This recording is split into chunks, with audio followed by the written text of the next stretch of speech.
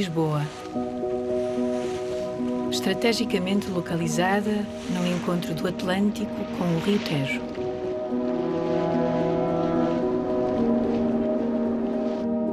Ocupada por sucessivos povos nos últimos 3.000 anos, é uma das cidades mais antigas da Europa e a mais populosa do país. Nos seus limites, tudo foi pensado para responder às necessidades da população humana. Mas algumas das condições que criamos para nosso benefício atraem outros habitantes. Alguns preferem recantos mais urbanos, outros ambientes mais naturalizados. Todas estas vidas passam muitas vezes despercebidas, mas uma minoria de nós está mais atenta.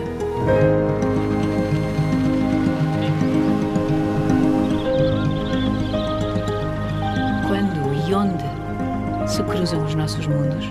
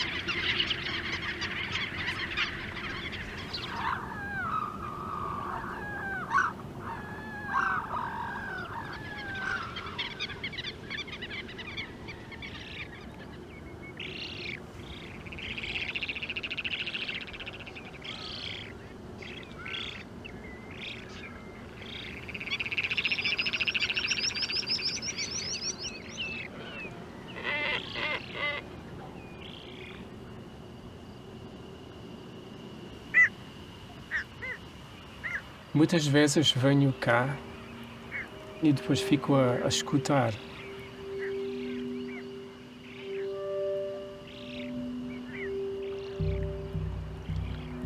Para mim é incrível que um sítio tão sossegado, tão tranquilo, existe ao pé de Lisboa.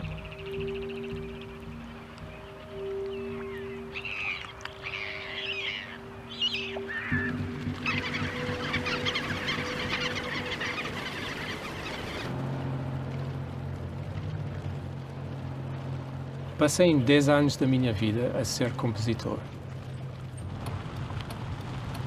E foi assim que comecei a gravar os sons das aves, para roubar melodias. Uma grande diferença entre as aves e os humanos é que as notas estão quase sempre em movimento. Não há uma coisa tipo... é mais... está sempre a flutuar.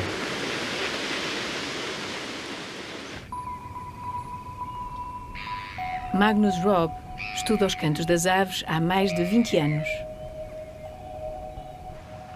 Faz parte de uma equipa internacional que viaja por todo o mundo para gravar o repertório de diferentes espécies. No inverno, é no estuário do Tejo que escolhe passar grande parte do tempo. O estuário está entre as 10 zonas úmidas da Europa mais importantes para as aves aquáticas. Nestas águas, os nutrientes e sedimentos fluviais combinam-se com a salinidade do Atlântico, promovendo o crescimento de plantas e algas. Esta produtividade é a base alimentar de inúmeras espécies de pequenos invertebrados, que sustentam, por sua vez, uma variedade de vida, debaixo de água e à superfície. 2 vezes por dia, a maré descobre vastas extensões de vasa rica em alimento. Mais de 50 espécies de aves aquáticas dependem deste habitat. Algumas vivem no estuário todo o ano, outras apenas temporariamente.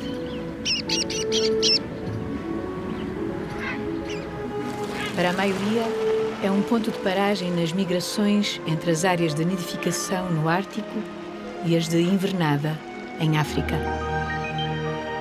Um local fundamental para reporem energias.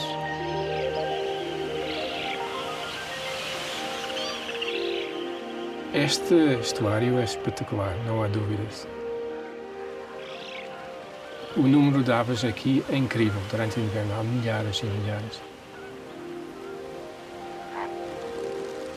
Garças, limícolas, gaivotas, cegonhas. E não podemos esquecer os íris pretos. Aqui há nuvens deles, mesmo nuvens.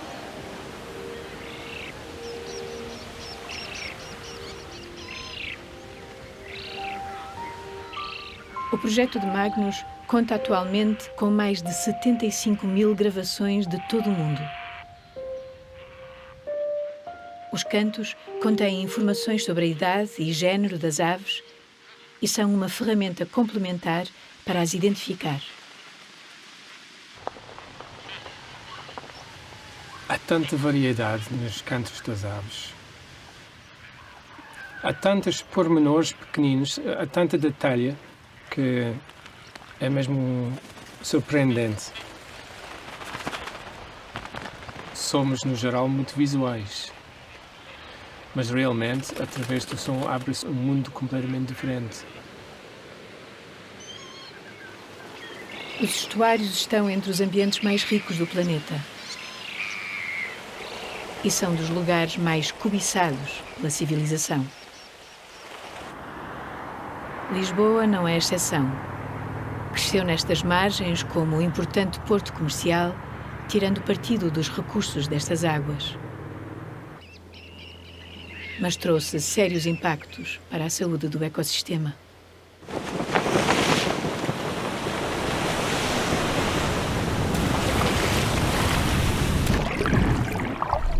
Na segunda metade do século XX, a presença de golfinhos tornou-se cada vez menos regular, devido ao aumento de poluição, de tráfego marítimo e da pesca. A recente melhoria na qualidade da água terá contribuído para o regresso destes visitantes, que aqui encontram uma abundância de presas.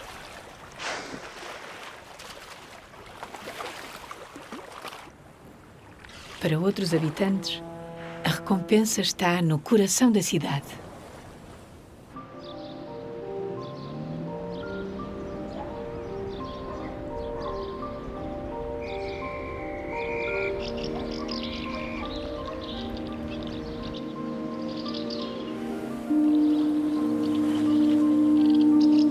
As ruas de Lisboa veem anunciada a primavera com a chegada de um ícone da estação.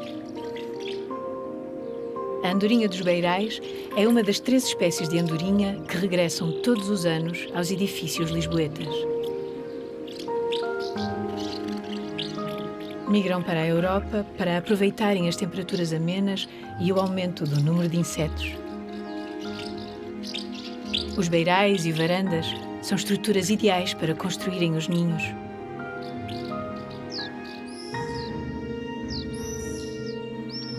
Mas há outra ave, igualmente comum nesta altura do ano, que pode ser facilmente confundida.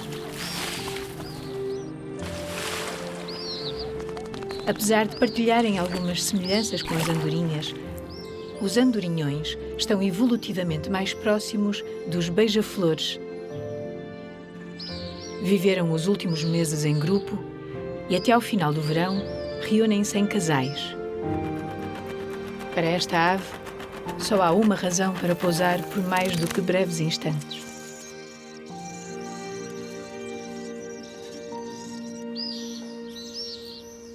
Os andorinhões são um grupo de aves particularmente interessantes. A maior particularidade é que estas aves fazem toda a sua vida em voo, reprodução, alimentação, dormem em voo e portanto, elas só pousam no ninho.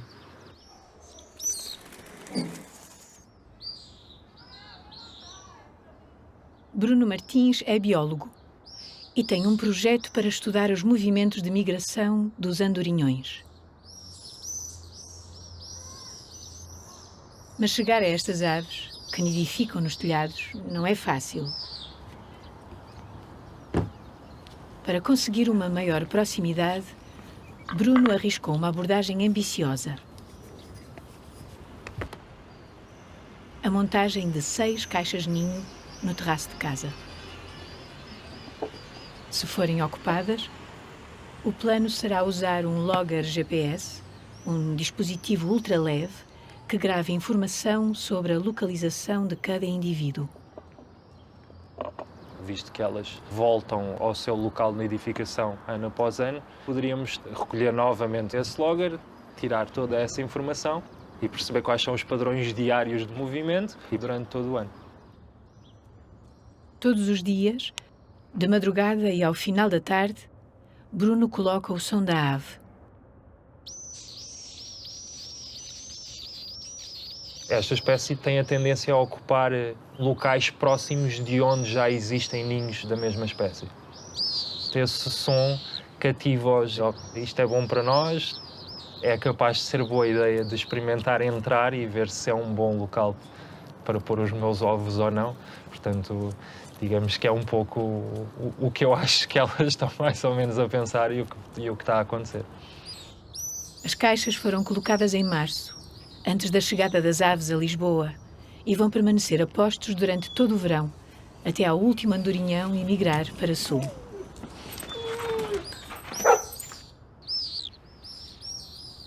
O regresso das aves migradoras é apenas um dos sinais da chegada da primavera.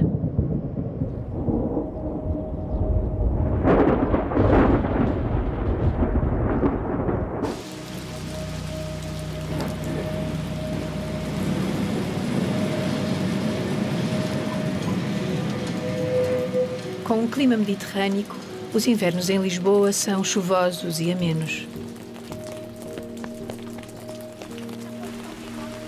Mas uma grande parte das plantas está programada para diminuir a atividade.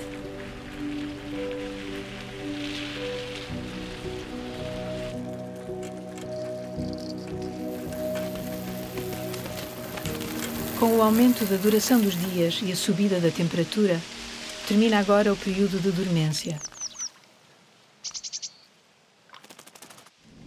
Os nutrientes armazenados nas raízes são convocados para o crescimento de novas folhas.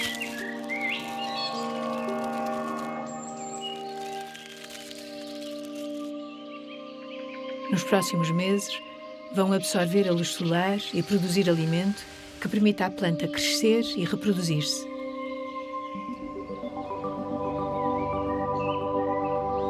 Em sintonia com estas alterações, aumenta também a atividade dos insetos, dependentes do calor. Procuram néctar e, em troca, asseguram a polinização. As primeiras flores a despontar beneficiam de uma menor concorrência pela atenção dos polinizadores. Algumas flores apostam noutras estratégias. As orquídeas são uma das famílias mais diversas e bem-sucedidas das plantas com flor. Algumas espécies evoluíram uma estratégia enganosa. Seduzem certos insetos, fazendo-se passar por suas fêmeas. Em aparência e no odor. São as orquídeas do género Ophrys, que em Lisboa crescem espontaneamente em alguns relevados e clareiras. Com o rápido avanço da primavera, os prados, canteiros e jardins enchem-se de flores nativas e exóticas. É tempo de renovação, crescimento e reprodução.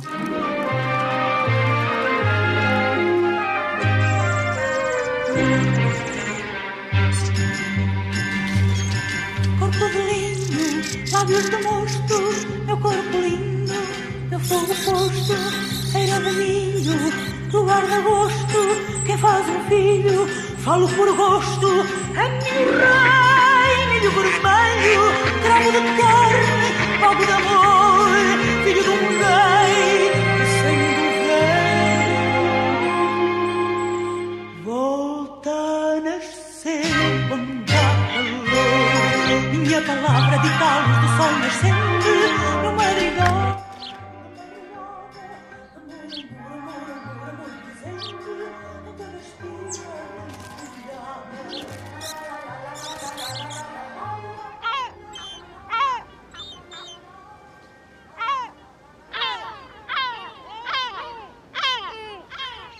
A variedade de habitats em Lisboa permite que mais de 70 espécies de aves aqui nidifiquem. Uma minoria arrisca uma proximidade maior.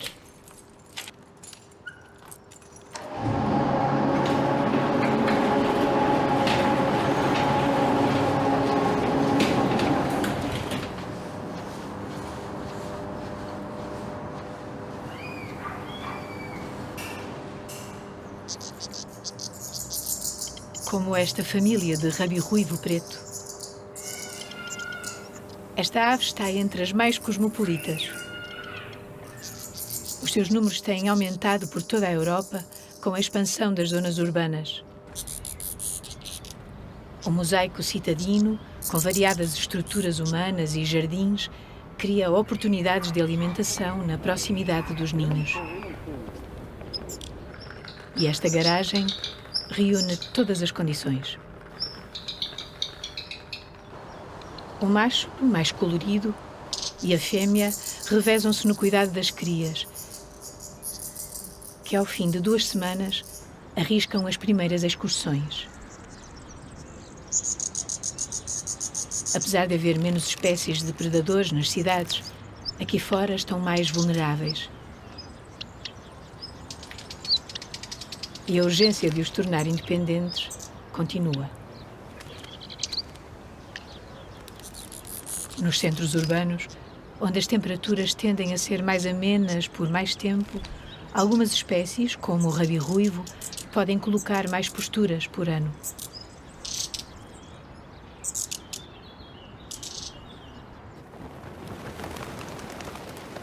Muitas das aves com maior sucesso nas cidades, como os rabi-ruivos e os pombos, nidificavam originalmente em falésias rochosas.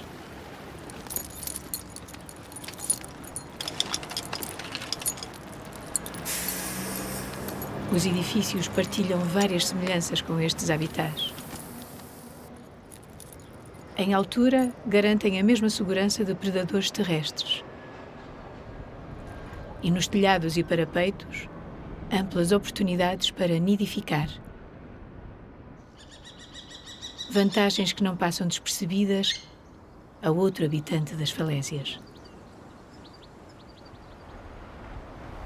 O peneireiro vulgar é a rapina diurna mais comum em Lisboa.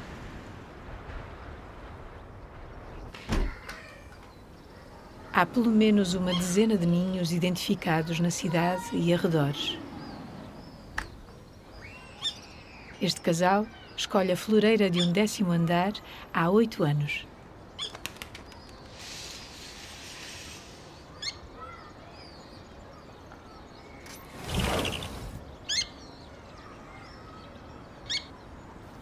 Os peneireiros fazem uma única postura por ano, no início da primavera. Podem colocar 3 a 7 ovos, conforme a disponibilidade de recursos. Este ano, o casal tem 6. As primeiras crias a nascer têm a vantagem sobre as outras, recebendo mais atenção e alimento dos pais, tornando-se maiores e mais fortes. Ao fim de 4 dias, apenas um dos ovos não chocou.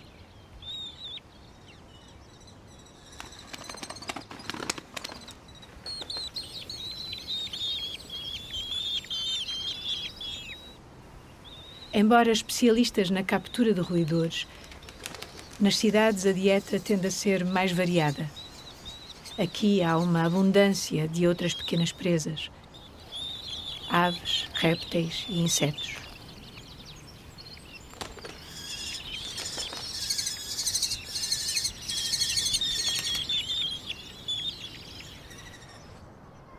É a estratégia de caça que lhes dá um nome. Na procura por presas, fazem os ajustes necessários no voo para ficar exatamente no mesmo sítio, a peneirar, detectando o mínimo movimento.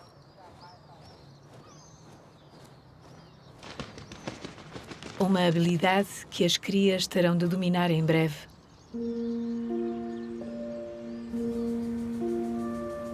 Com apenas um mês, começam a arriscar os primeiros voos. Mas para as crias mais novas e mais pequenas, o risco de se lançarem pela primeira vez de um 10º andar é maior.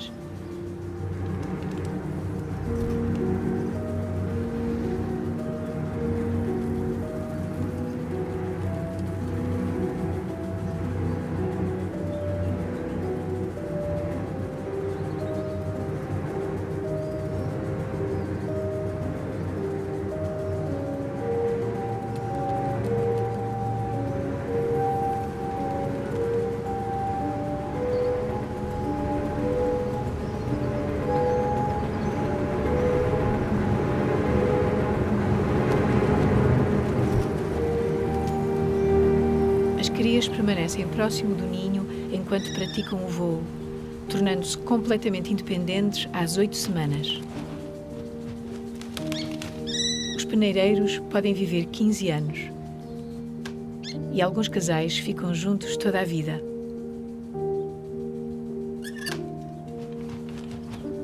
É provável que no próximo ano o mesmo casal regresse a esta floreira.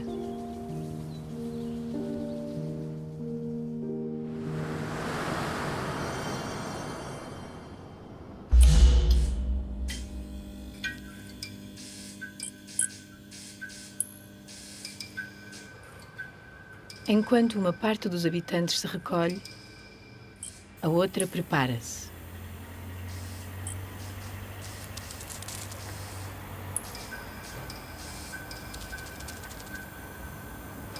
A osga comum está mais ativa nas primeiras horas da noite.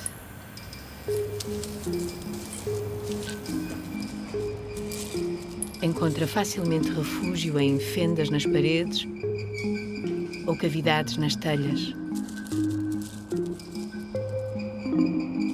Move-se silenciosamente.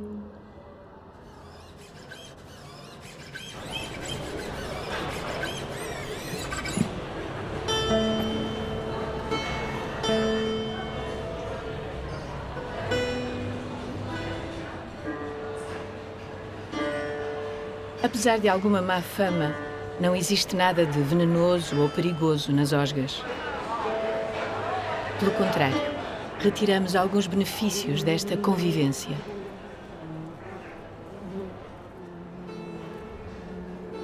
As osgas caçam insetos e aranhas. Entre a primavera e o outono, o alimento existe em abundância, mas está disperso. É uma mais-valia saber onde o encontrar. Este réptil é um predador de emboscada.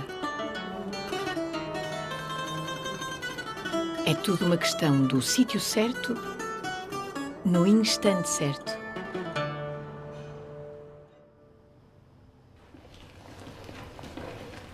Mas a osga não é o único perigo para os insetos noturnos.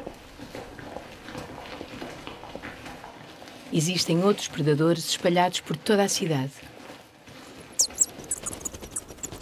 Esta noite são protagonistas no Castelo de São Jorge.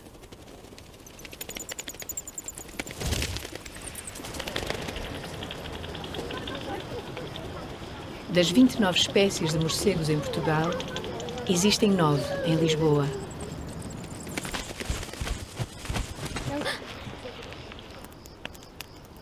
Encontram abrigo nas fissuras dos edifícios, em árvores e no interior de alguns monumentos.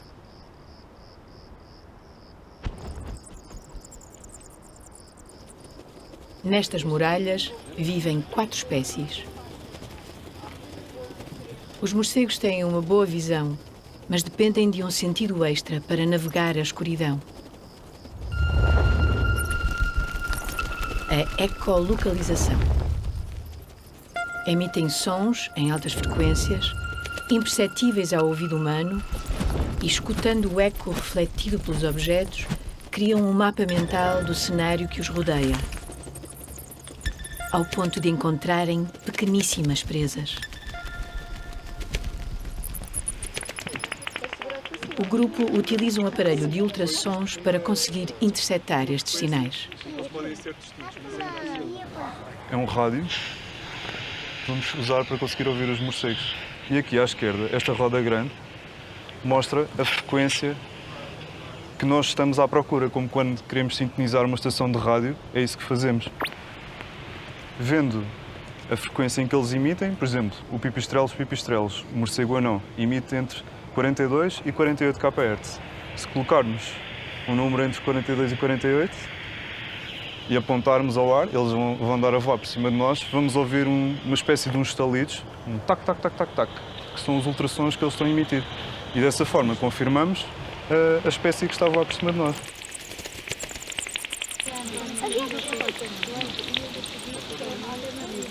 Estou a ver o morcego. Com uma grande flexibilidade de comportamento, o morcego anão é o vencedor evolutivo das cidades. Alimenta-se em torno dos candeeiros, comendo diariamente metade do seu peso em insetos, cerca de 3.000 por noite. Este apetite torna-os muito importantes no controle de pragas.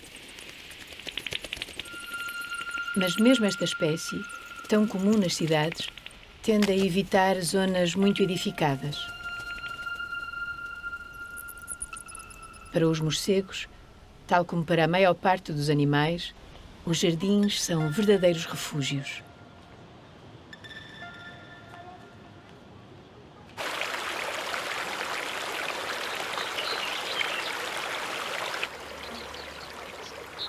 O Jardim da Gulbenkian foi desenhado nos anos 60 segundo as regras da paisagem portuguesa.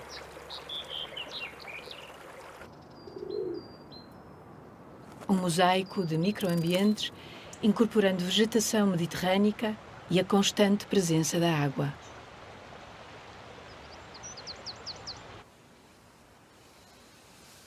Todas as estruturas foram pensadas para estarem perfeitamente enquadradas por elementos naturais.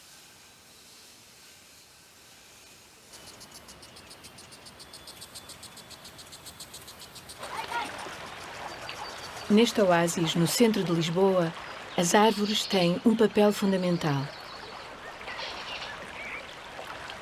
o de bloquear o barulho citadino. As folhas e os troncos dissipam as ondas de som vindas do exterior, absorvidas depois pelo solo, criando um espaço protegido do ruído.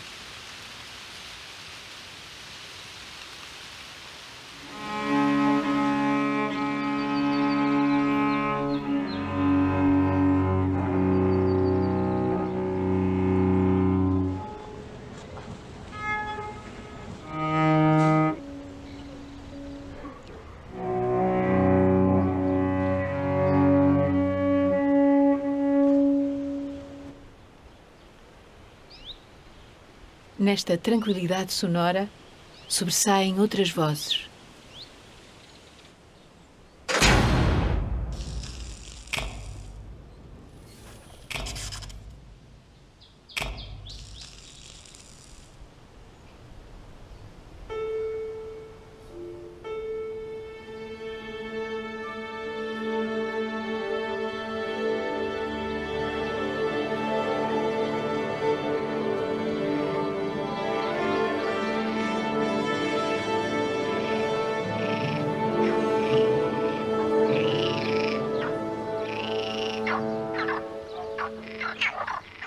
Entre março e julho, os machos da rã verde coacham em grupo para competir pelas fêmeas. Quanto maior o macho, mais grave e intensa a vocalização. A rã verde é uma das 2 únicas espécies de anfíbios que conseguiram colonizar o centro da cidade. Para isso, contribui o facto de ser muito resistente a poluentes e de ter uma área territorial relativamente pequena. Os charcos e tanques são peças-chave no ciclo de vida da espécie, sendo aqui que as fêmeas fazem as posturas. E são pontos de encontro para outras vidas citadinas.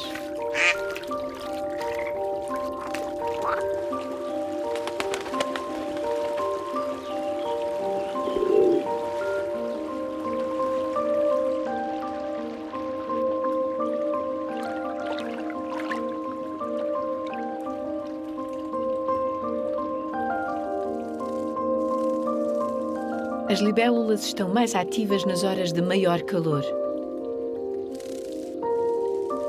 São 22 as espécies que podemos ver em Lisboa. A libélula de nervuras vermelhas prefere reproduzir-se em águas paradas, pelo que é muito comum nos jardins. Na fase adulta, sobrevive pouco mais do que um mês e precisa de energia para acasalar e fazer as posturas.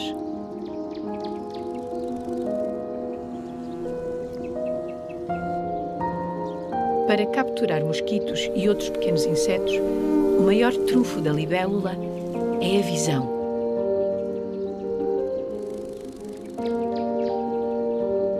Os 2 grandes olhos compostos, cada um com 30.000 lentes, dotam-nas de um campo de visão de praticamente 360 graus.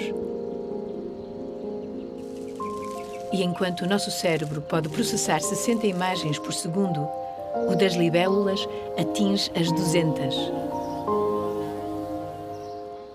Através do seu olhar, o mundo desacelera.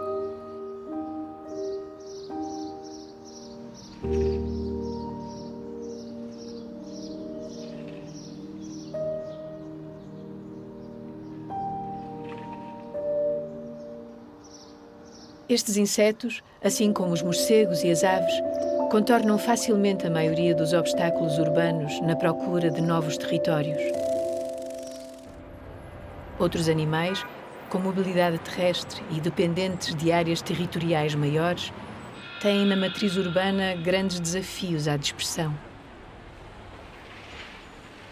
Para esses habitantes, a resposta está noutro lugar.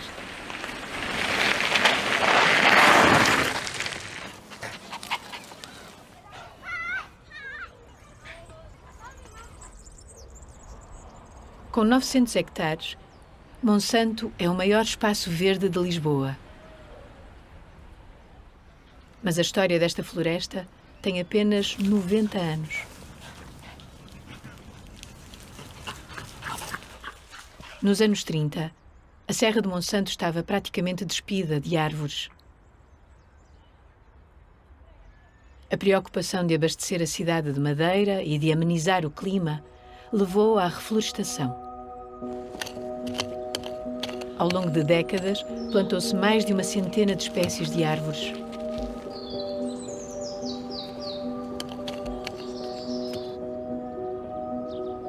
A esta paisagem artificial, a natureza acrescentou novos contornos.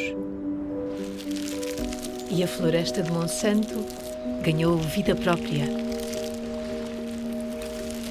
A umidade e matéria orgânica permitiram a renovação do solo, promovendo a colonização por novas plantas. Inúmeras espécies arbóreas e arbustivas conquistaram espaço à sombra das copas. As suas sementes trazidas pelo vento e por aves. O solo, cada vez mais fértil, viu a chegada de novas espécies de fungos. Uma variedade apenas visível entre o outono e a primavera.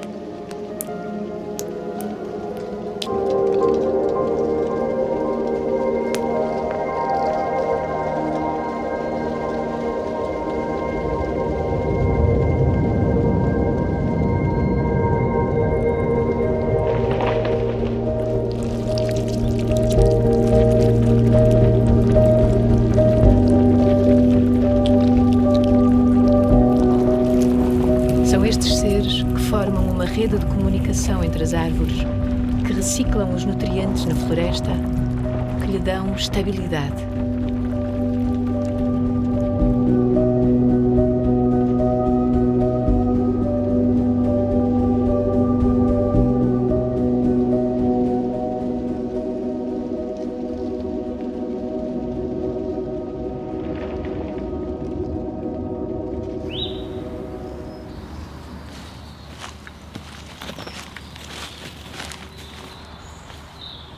E é aqui que encontramos alguns animais dificilmente observados no centro de Lisboa.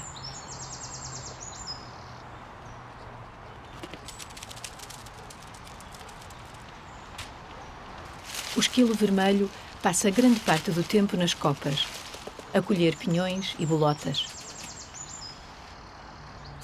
Como armazena algumas para comer mais tarde, e nem sempre as recolhe, tem um papel importante na dispersão de sementes. Foi introduzido no parque em 1993, como parte de um plano de recuperação da espécie em todo o país. Ativo durante o dia e facilmente identificável, é frequentemente avistado. A maioria dos outros mamíferos é mais reservada.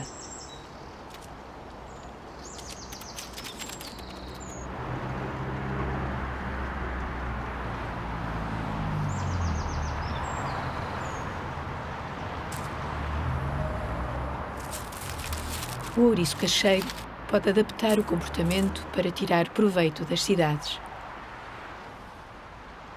Come principalmente insetos, mas também frutos e outros alimentos que existem na nossa proximidade.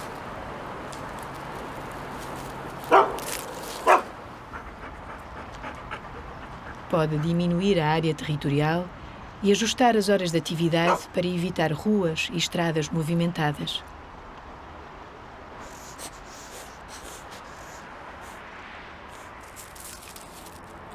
Mas precisa de áreas verdes com vegetação densa e naturalizada, onde se possa recolher no período de hibernação. Talvez por isso, em Lisboa, os ouriços pareçam preferir Monsanto, por enquanto. E não são os únicos.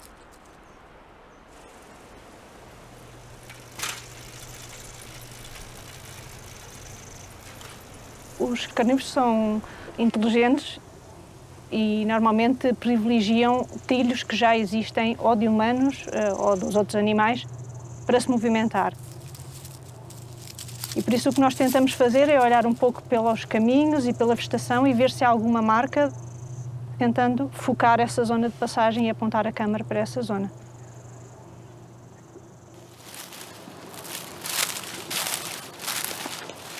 Joana Bernardino é bióloga e está a fazer um levantamento dos carnívoros na Tapada da Ajuda, uma mancha florestal contígua a Monsanto.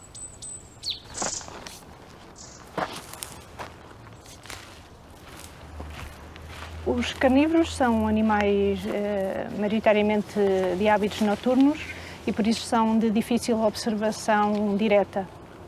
E a armadilhagem fotográfica permite durante a noite captar fotos ou vídeos dos animais em movimento.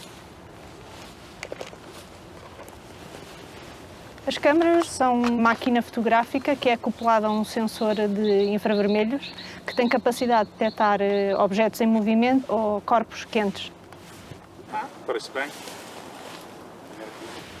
Que instalamos num sítio e depois só precisamos de vir verificar 1 semana, 2 semanas depois, e isso permite-nos cobrir um período de amostragem muito grande.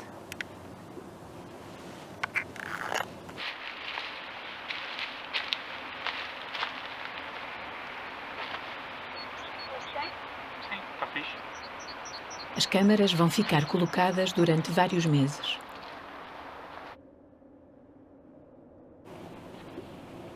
No início não tínhamos grande expectativa.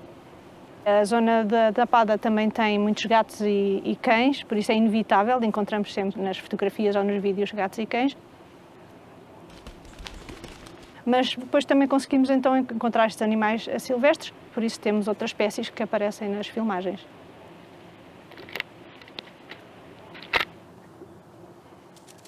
É desafiante tentar escolher primeiro os sítios. Às vezes não corre tão bem e não apanhamos os animais que gostávamos, mas outras vezes tivemos agradáveis surpresas. 4 espécies de carnívoros, de um total de 17 mamíferos, encontram abrigo nos bosques da Tapada e do Monsanto.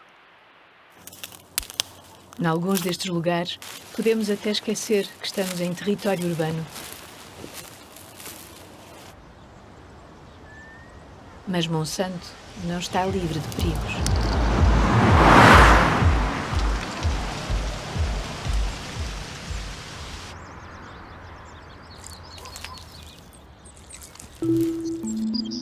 A salamandra de pintas amarelas tem um ciclo diferente da rã verde, mais independente da água.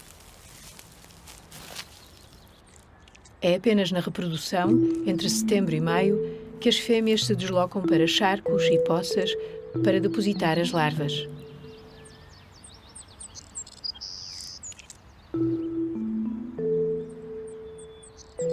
Nesses caminhos, cruzam-se por vezes com as estradas.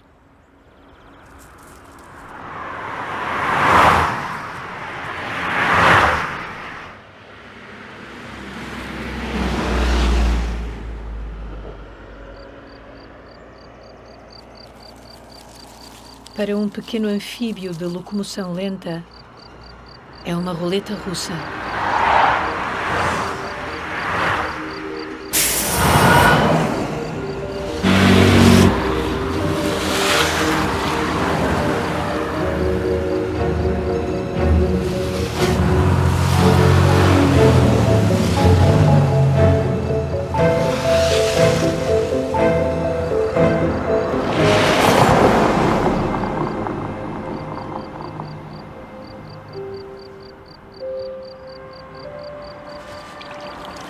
Os atropelamentos são um dos maiores riscos para muitos animais que vivem na nossa proximidade.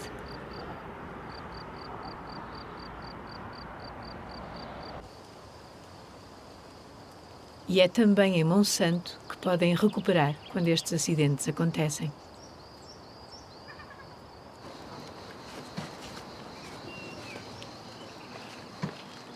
Os centros de recuperação surgiram como resposta a estas situações em que uma pessoa encontra um animal ferido, doente, debilitado e quer ajudá-lo.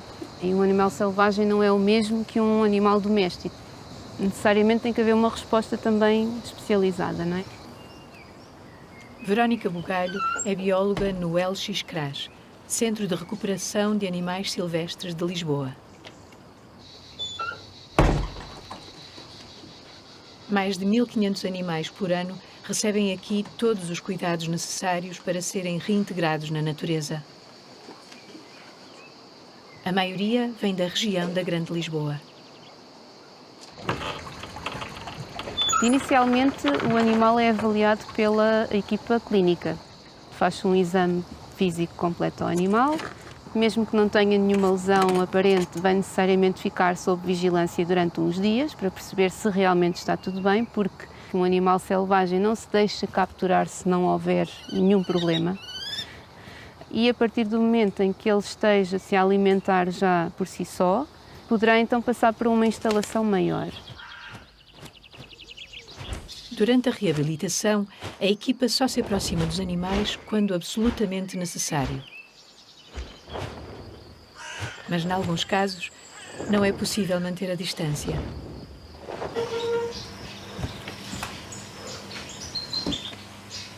O andorinhão é uma espécie muito diferente de todas as outras que recebemos. Precisa de ser alimentado à mão, várias vezes por dia, inseto a inseto.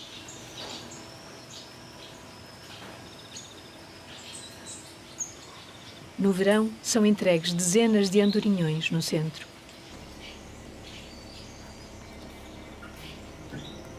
Na maioria, crias que caem do ninho, onde seriam alimentadas pelos progenitores até estarem prontas a voar.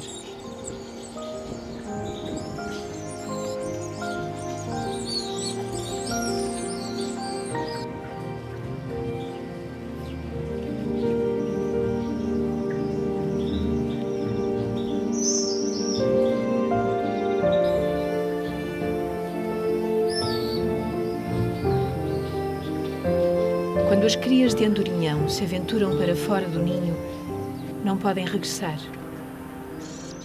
Em vez disso, terão de iniciar a primeira viagem de milhares de quilómetros da sua vida, até aos locais de invernada em África.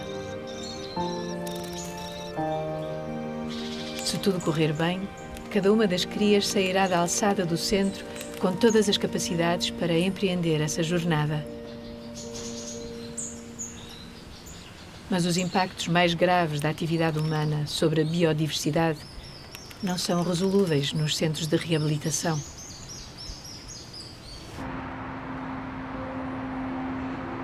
Com 1 milhão de espécies em risco de extinção, a biodiversidade global está em crise. As principais causas incluem as alterações climáticas e a degradação dos ecossistemas.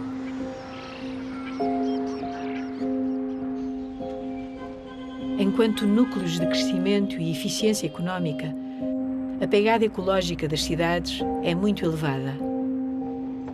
Mas as cidades não têm de ser exclusivamente parte do problema.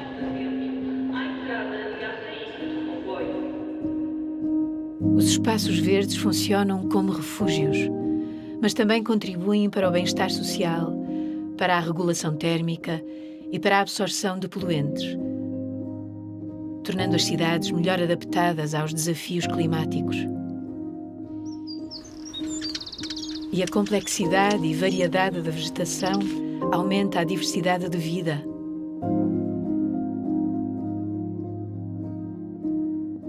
Recentemente descobriu-se que os prados de plantas nativas e as hortas são muito importantes para um dos grupos mais ameaçados de seres vivos: os insetos polinizadores. Em Lisboa, o investigador Albano Soares identificou mais de 170 espécies de abelhas silvestres responsáveis por este serviço ecológico essencial. Para a maior parte das espécies do planeta, as cidades ficarão sempre aquém dos habitats naturais, mas poderão contribuir para o seu futuro, sobretudo enquanto pontos de encontro. Uma rola brava. Lugares para refletirmos sobre os impactos da nossa forma de vida na proximidade do que estamos em risco de perder. Olha ali a cauda!